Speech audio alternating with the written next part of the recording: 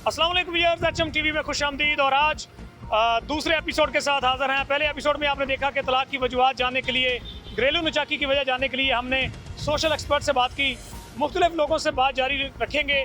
आज हम रोड पर मौजूद हैं और जानेंगे कि मेहनत मजदूरी करने वाले जो लोग हैं इस हवाले से क्या कहते हैं। चूँकि एक वजह यह भी है कि जब हालात मौजूद नहीं होते, साजगार नहीं होते, ख्वाहिशें पूरी नहीं होती, मामलात जो हैं जो आप चाहते हैं वो नहीं होते, उसमें आपका काम बड़ा अकाउंटेबल होता है कि आप कितना काम करते हैं, कितने आपके वसाइल हैं, रोज़गार कैसा है। तो क्या ये भी इफेक्ट होता है? हमारे साथ कुछ लोग मौजूद होंगे, उनसे जानेंगे। आपको देख लिए चलते हैं। भाईजान बताइएगा, घरेलू नचाकी लड़ाई झगड़े जो होते हैं क्यों होते हैं और तलाक की बड़ी वजह क्या समझते हैं आप? मैंने यही समझते कारोबार के मसले, जो कारोबार ना हो तो फिर तलाक ही होंगी वा भैन, और वही मसले, और कोई मसले नहीं है भैन। जो कारोबार नहीं होना तो घर च लड़ाइयां ही होनियां भाजी। ਘਰ ਉਜਾੜਨ ਦੇ ਵਿੱਚ ਸੱਸ ਜਿਹੜਾ ਉਹ ਬਹੁਤਾ ਕੰਮ ਚੁੱਕਦੀ ਹੈ ਜਾਂ ਨਹੁੰ ਚੁੱਕਦੀ? नहीं नौवां काम जगदियां सस्सां ने बेचारियां ने की करना भाजी, नौवां ही काम खराब करदियां होंदियां जो भी करदियां। ਅੱਛਾ, ਕੋਈ ਮਸ਼ਵਰਾ ਦਿਓਗੇ ਤੁਸੀਂ ਸੁਣਨ ਵਾਲਿਆਂ ਨੂੰ ਕਿ ਜਨਾਬ ਆਪਣੇ ਘਰ ਵਸਾਉਣ ਵਾਸਤੇ ਕੀ ਕਰਨ, ਬਰਦਾਸ਼ਤ ਕਰਨ, ਮਾਮਲਾਤ ਕੂਲ ਡਾਊਨ ਰੱਖਣ, ਕੀ ਕਹੋਗੇ? ਉਹਨਾਂ ਨੂੰ ਇਹੀ ਚਾਹੀਦਾ ਕਿ ਆਪਣੇ ਸੱਸ ਮਾਂ ਦੀਆਂ ਖਿਦਮਤਾਂ ਕਰਨ, ਬਸ ਫਿਰ ਘਰ ਵਸ ਜਾਂਦੇ ਹੁੰਦੇ ਆ ਬੰਦੇ ਇੱਕ ਸਾਈਡ ਦੇ। पहले सासू माँ राजी करनी चाहिए है भाजी। कि यहाँ पर मजदूरी करते हैं, अगर मेरे कैमरामैन आपको दिखा सकें तो ये इन्होंने एक रेडी लगाई है जिस पर मुख्तलिफ चीज़ें जो हैं ये सेल कर रहे हैं। लेकिन उनका कहना है कि अगर सासू माँ आप राज़ी कर लेते हैं तो ये ठीक हो जाता है। ये तो बिल्कुल इसी तरह से है जैसे आप की पॉइंट जो है, मास्टर की जो है चाबी हासिल कर लें तो सारे ताले खुल जाएंगे। सासू माँ को राज़ी कीजिए, भाई का ये मशवरा है ताकि घर बच सके। ये घर बचाने के लिए ज़रूरी है कि आप किसी की बातों में ना आएँ और अपना घर बचाएँ। भाईजान, तलाक क्यों होती है, घर क्यों ख़राब होते हैं, लड़ाइयाँ क्यों होती? ਭਾਈ ਇਹ ਗੁਰਬਤ ਦੇ ਵਜ੍ਹਾ ਤੋਂ ਘਰ ਖਰਾਬ ਹੁੰਦੇ ਆ, ਹੋਰ ਕੋਈ ਰੋਲਾ ਨਹੀਂਗਾ। ਇਹ ਬੁੱਢੇ ਦੇ ਬੰਦੇ ਕਈ ਭਾਈ ਹੋਰ ਪਾਸੇ ਲੱਗ ਜਾਂਦੀਆਂ ਵਾ, ਫਿਰ ਘਰ ਖਰਾਬ ਹੀ ਹੋਣੇ ਨੇ।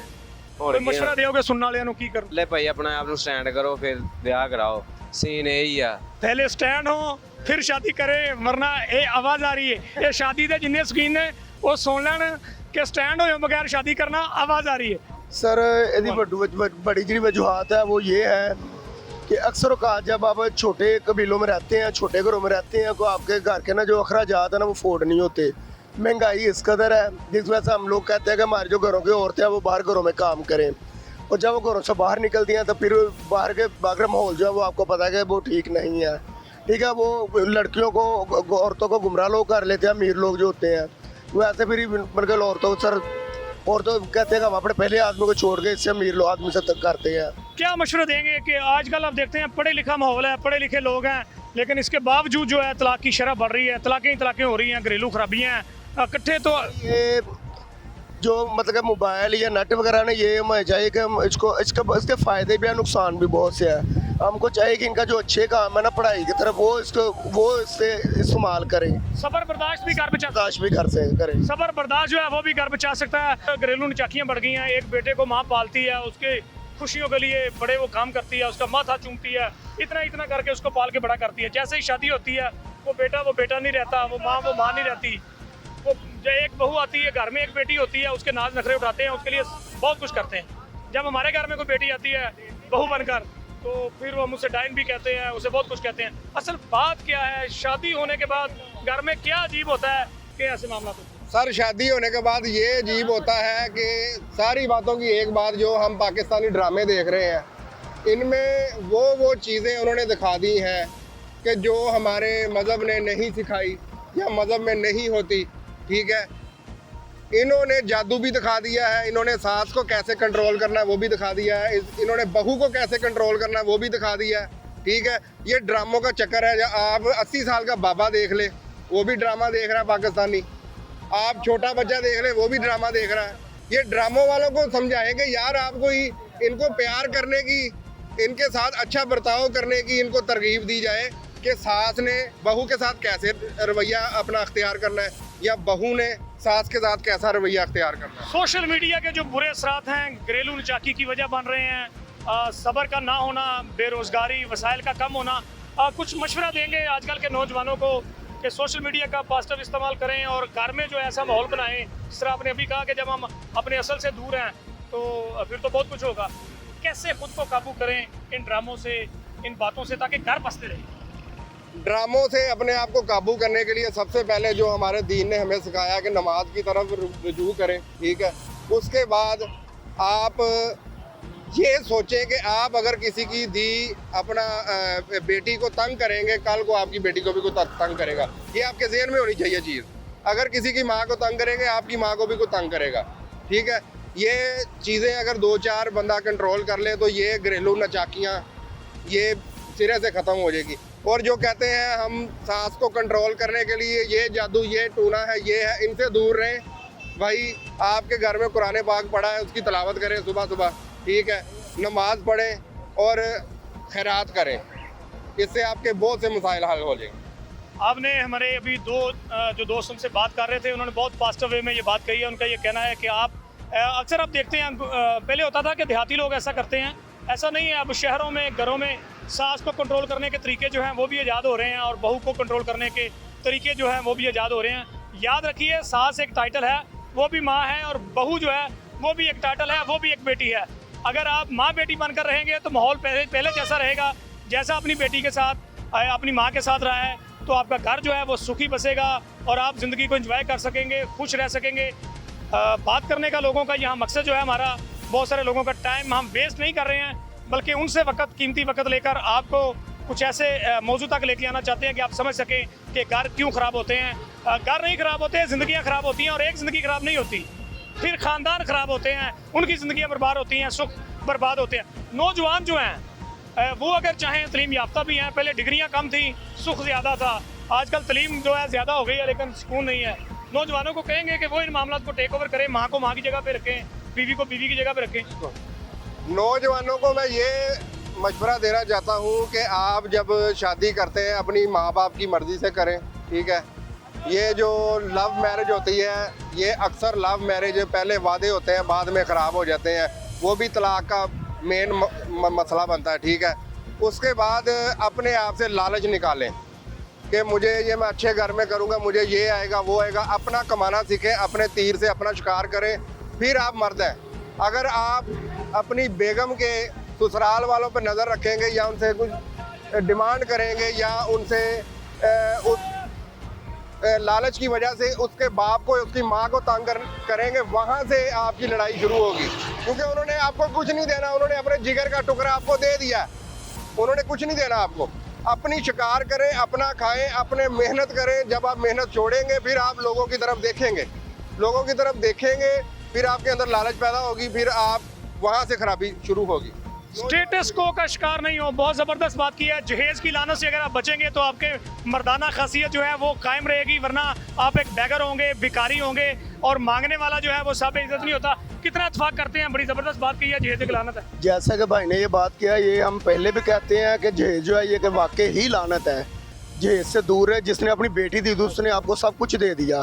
बेटी से बढ़कर माँ बाप के लिए कुछ नहीं होता, ठीक है। तो सोच चाहिए सबको कि अपने बेटियों की भी रिस्पेक्ट करें जो ससुराल वाले हैं, क्योंकि ससुराल सास भी कभी बहू थी। ये ड्रामा है, सीरियल वाकई भाई ने कहा कि मीडिया ने हमें ना बहुत ज़्यादा पीछे भी किया और आगे भी किया है। हमें चाहिए कि मीडिया का जो पॉजिटिव ख्याल है ना, उनसे तावन करें, नेगेटिव ना उससे लें कुछ भी।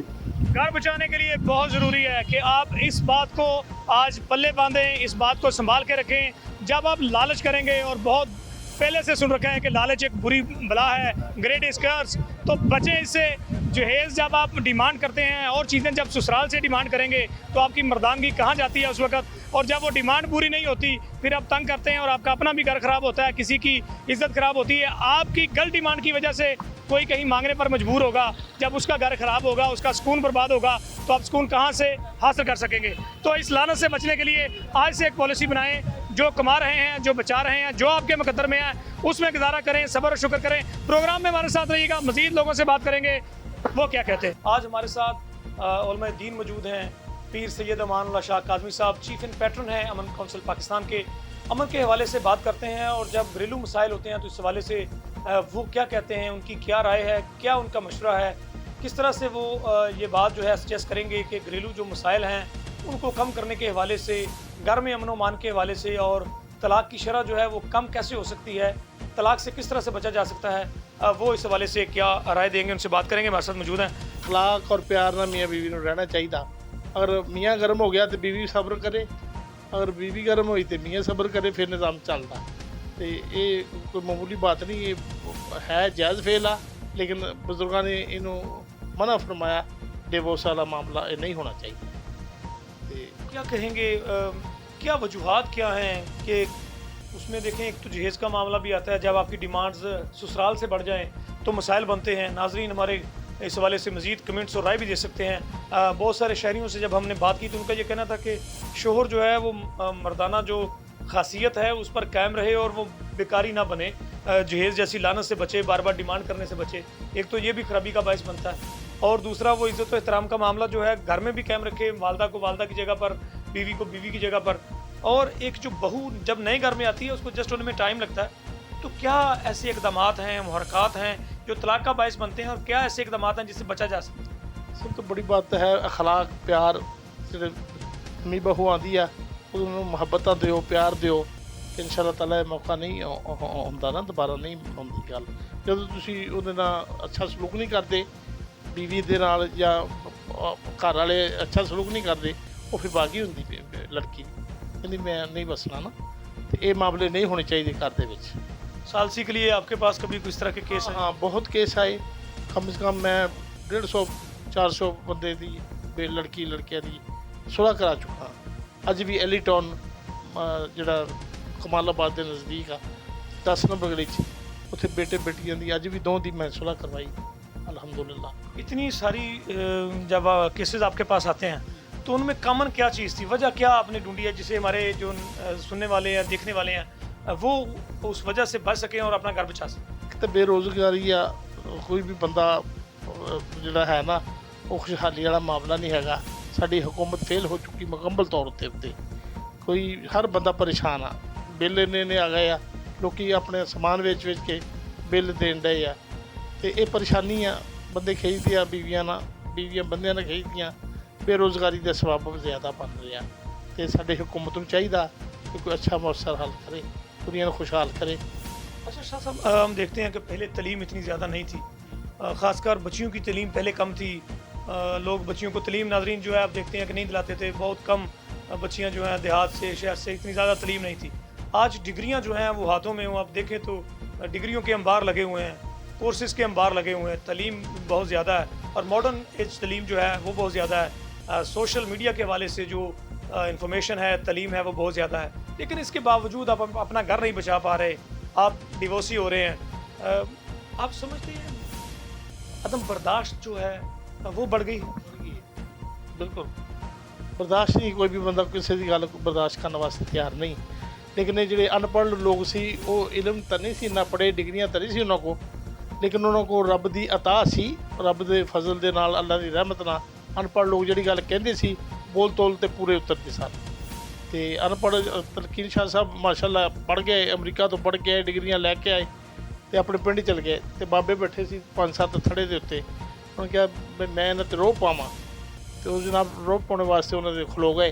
ਜਦੋਂ ਉੱਥੇ ਖਲੋ ਗਏ ਤਾਂ ਕਹਿਣ ਲੱਗੇ ਗੱਲ ਇਹ ਆ ਵੀ ਤੁਹਾਨੂੰ ਇਹ ਗੱਲ ਪਤਾ ਬਾਬਾ ਜੀ ਮੱਖੀ ਦੀਆਂ ਅੱਖਾਂ ਕਿੰਨੀਆਂ? ਤੇ ਬਾਬਾ ਜੀ ਨੇ ਹੁੱਕਾ ਫੜਿਆ, ਨਲੀ ਲਈ ਤੇ ਕਸ਼ ਲਿਆ, ਕਸ਼ ਲੈ ਕੇ ਕਹਿਣ ਲੱਗੇ ਪੁੱਤਰ ਇਹ ਜੀ ਕਿੰਨੀਆਂ ਅੱਖਾਂ? ਕਹਿੰਦਾ 84 ਅੱਖਾਂ ਹੁੰਦੀਆਂ ਮੱਖੀ ਦੀਆਂ। ਤਲਕੀਨ ਸ਼ਾਹ ਸਾਹਿਬ ਕਹਿਣ ਲੱਗੇ ਫਿਰ ਕੀ ਹੋਇਆ? ਡਿੱਗਦੀ ਤਾਂ ਫਿਰ ਵੀ ਗੰਦ ਤੇ ਹੀ ਆ ਨਾ।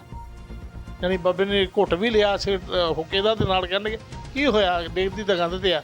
ਤਲਕੀਨ ਸ਼ਾਹ ਸਾਹਿਬ ਕਹਿਣ ਲੱਗੇ ਮੈਂ ਸਿਰ ਫੜ ਲਿਆ, ਮੇਰੇ ਕੋਲ ਤਾਂ ਕੋਈ ਜਵਾਬ ਹੀ ਨਹੀਂ ਰਹਿ ਗਿਆ, ਮੈਂ ਇਹਨਾਂ 'ਤੇ ਰੋਕ ਕੀ ਪਾਉਣਾ, ਇਹ ਤਾਂ ਮੇਰੇ ਤੋਂ ਵੀ ਜ਼ਿਆਦਾ ਪੜ੍ਹੇ ਆ। ਯਾਨੀ ਸਾਦੇ ਲੋਕ ਜਿਹੜੇ ਸੀ ਨਾ ਉਹ ਬੋਲ ਤੋਲ ਦੇ ਪੂਰੇ ਸਨ, ਉਹ ਜਿਹੜੀ ਗੱਲ ਕਹਿ ਦਿੰਦੇ ਸਨ ਉਹਦੇ 'ਤੇ ਖਲੋਂਦੇ ਸਨ। ਹੁਣ ਜਿਹੜੀ ਗੱਲ ਇਹ ਲੋਕ ਕਰਦੇ ਆ ਪੂਰੇ ਨਹੀਂ ਉਤਰਦੇ ਨਾ। ਹਰ ਬੰਦਾ ਮਾਂ ਧੀ ਨੂੰ ਕ੍ਰਾਸ ਕਰ ਰਹੀ ਆ, ਬੇਟਾ ਬਾਪ ਨੂੰ ਕ੍ਰਾਸ ਕਰ ਰਿਹਾ। ਇਹਨਾਂ ਲੋਕਾਂ ਨੇ ਕੀ ਕਰਨਾ? ਅੱਲਾ ਇਹਨਾਂ ਨੂੰ ਹਦਾਇਤ ਦੇਵੇ। ਮੈਂ ਦੁਆ ਕਰਨਾ ਅੱਲਾ ਪੰਜ ਦਰਬਾਰ ਸਭ ਨੂੰ हदायत दे दे। आमीन। अच्छा पीर साहब, ये भी बताइएगा, बहुत कॉमन इशू है कि घर जो है वो सास ख़राब करती है, सास लड़के की हो या लड़की की, क्या वो ख़राब करती है? और अगर सास से पूछा जाए तो वो कहती है नहीं कुछ नहीं होया, वो कुछ नहीं होया, मेरी नौ जी ये घर ख़राब करती है। घर कौन ख़राब? दरअसल नौ अपनी जगह ते रवे, सस अपनी जगह ते रवे, ਜਿਹੜਾ ਅੱਲਾਹ ਪਾਕ ਨੇ ਮਕਾਮ ਦਿੱਤੇ ਨੇ ਇਹਨਾਂ ਮਕਾਮਾਂ 'ਤੇ ਰਹਿਣ, ਤੇ ਮੇਰਾ ਖਿਆਲ ਲੜਾਈ ਹੁੰਦੀ ਨਹੀਂ, ਘਰ ਐਸੀ ਬਾਤ ਹੁੰਦੀ ਨਹੀਂ। ਜਦੋਂ ਅਸੀਂ ਓਵਰ ਕੰਮ ਕਰਾਂਗੇ फिर मामले ख़राब होंगे। अखराजात बढ़ते हैं, हम ज़्यादा खर्चा जो है शादियों पे लगा देते हैं घर में, ये भी प्रॉब्लम है। बहुत प्रॉब्लम आ। सारी जिंदगी असी दरअसल हिंदुओं सिखां दे विचों चल के आए हैं, साडे ਵੱਡੇ ਵਡੇਰੇ ਸਾਡੇ ਕੋਲ ਉਹੋ ਹੀ ਗੱਲਾਂ ਨਹੀਂ ਜਾਣ ਡਈਆਂ ਸਾਡੇ ਦਿਮਾਗ 'ਚੋਂ ਸੰਨ 47 ਵਾਲੀਆਂ। ਅਸੀਂ ਪੈਸੇ ਚੱਕ ਕੇ ਵੀ ਪੰਗੇ ਲੈਂਦੇ ਆ, ਸ਼ਾਦੀਆਂ ਕਹਿੰਦੇ ਟੋਰੀ ਹੋਵੇ ਨੱਕ ਰਹਿ ਜਾਏ, ਉਹ ਨੱਕ ਨਹੀਂ ਦਿੰਦਾ ਨਾ ਇਹਨਾਂ ਦਾ। ਨੱਕ ਰੱਖਦੇ ਆਪ जलील हो जाते बंदे पैसे लाते। नाज़रीन, आज के प्रोग्राम का जो हासिल है वो ये है, पंजाबी में हम कहते हैं वो साडा नक नहीं रहिंदा, नक रखते नक शायद रह जाता लेकिन होर कुछ नहीं रहिंदा। तो ये जो आर्टिफिशियल इज़्ज़त है जिसे आप दुनिया से कमाना चाहते हैं, अब परवरदिगार की ज़ात से इज़्ज़त लें। अल्लाह जब इज़्ज़त देता है, नबी साहब फरमाया बेहतरीन निकाह वो है जिसमें अखराजात कम हैं।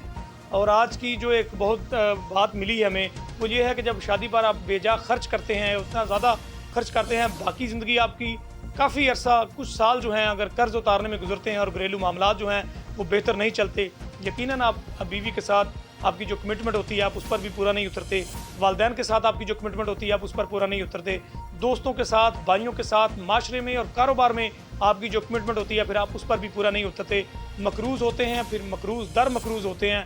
तो इससे बेहतर है आप अपनी शादी पर मुनासिब खर्चा करें। इज़्ज़त जो है वो अल्लाह देता है, फ़तइज़्ज़ु मन तशाउ व तज़िल्लु मन तशाउ। अगर आप यकीन रखते हैं तो आप इस तरफ भी आएँ। दूसरा, आज एक और बात जो है वो बड़ी अहम हुई कि डिग्रियों के ढेर है हमारे पास, डिग्रियाँ हमारे पास हैं, इखलाक हमारे पास नहीं है, बर्दाश्त हमारे पास नहीं है, किसी को मानने का हौसला हमारे पास नहीं है। हम बर्तरी चाहते हैं, अगर बहू आती है तो वो अपनी डिग्रियों की बर्तरी अपनी सास पर थोपना चाहती है, बाकी फैमिली पर थोपना चाहती है। और सास जो पहले कभी माँ थी अब वो सास बनी है, तो वो घर में जो उसकी हुक्मरानी है वो उसमें अपनी जो नई आने वाली बहू है उसे बेटी के तौर पर कबूल नहीं करती और उसे वो हुक्मरानी नहीं देना चाहती, उसे वो हुक्मरानी में शरीक समझती है और हुक्मरानी की एक जंग घर में शुरू होती है जिसका शिकार जो है बेटा भी होता है, आपकी बेटियां भी होती हैं, खुशियां इस तरह से तबाह होती हैं। और एक और बात जो है वो बहुत कॉमन है कि हम अखलाकियात भूल जाते हैं। हम इखलाक के साथ अगर बहू बिल्कुल माँ समझे और जो सास है वो उसको बेटी समझे, हम कहते हैं करते नहीं हैं जी, हम प्रैक्टिस नहीं करते हैं, प्रैक्टिकली इस बात में नहीं जाते हैं। हम कहते हैं ये हमारी बेटी है, बहुत मोहब्बत करते हैं, जब लेके आते हैं बहुत सारे वादे वईद करते हैं, सदक़े भी उतारते हैं और बहुत कुछ करते हैं। ये सब रस्मों और रिवाजों के तौर पर है, इनसे बाहर निकल आइए और एक स्पेशल ज़िंदगी जीने की कोशिश कीजिए नई दुल्हन के साथ। उसे वक्त दीजिए वो आप में एडजस्ट हो सके, ताकि आपका घर वो अपना घर समझ सके, माँ का घर। और जिस घर में सास हो, माँ हो, एक और बेटी आ जाती है तो रहमतें और आ जाती हैं। घर को रहमत वाला बनाने के लिए आपको सब्र करना होगा, बर्दाश्त करना होगा, मामलात को टैकल करना होगा। मैं तो ये भी कहूँगा, हमारे बहुत सारे जो देखने वाले हैं वो कमेंट में लिखते हैं जनाब उंगला लाने वाले तो बचो। तो मैं आपको बताता हूँ, उंगलों लाने वालों को हम अपने तरीके से ये कहते हैं कि जो लोग आपको स्टेबल नहीं होने देते, वो जो आपको नई नई बात सुनाते हैं, इसकी बात उसको, वो घर को स्टेबल नहीं होने देते। आप मजबूत हो जाएं तो आप में से कोई बात इधर उधर नहीं होगी। जब आप रास्ता नहीं देंगे किसी को गलत बात कहने का, घर में दाखिल होकर मुख्तलिफ़ किस्म के मुहरकात पर अमल करने का, तो आपका घर बचा रहेगा। एक पुरसकून घर न सिर्फ आपके के लिए ज़रूरी है, बल्कि वो जो आपकी बहू है उसका घर भी उस वक्त सुकून में रह सकता है जब वो आपके घर में खुश है। अगर वो आपके घर में खुश है तो आपकी माँ भी खुश है, बहन भाई भी खुश है, आपका पूरा ख़ानदान खुश है। जब आप किसी की बेटी को कबूल करते हैं और उसको अपनी बेटी, अपनी घर की इज्जत समझते हुए उसके साथ ट्रीट करते हैं और वो आपको अपने वालिदैन, अपना घर समझते हुए ट्रीट करती है, तो फिर अपना घर कोई भी बर्बाद नहीं करता। दरअसल हम उसे किसी की बेटी समझते हैं और वो इसको पराया घर समझती है, जिस वजह से वो पूरी तवज्जो नहीं देती आपके घर पर और आप पूरी तवज्जो नहीं देते उसकी खुशियाँ बरकरार रखने में। HMTV के साथ जुड़े रहिए, जो भी बात आप कहना चाहते हैं कमेंट में कहिए। हमारे जो नंबर्स हैं वो भी यहाँ पर आ रहे हैं, आप रब्ता कर सकते हैं। एक्सपर्ट ओपिनियन के लिए मजीद लोगों के साथ ये एपिसोड जारी रहेंगे, हमारे साथ रहिएगा, देखते रहिए HMTV। अली गौहर को इजाज़त दीजिए, अल्लाह हाफिज़।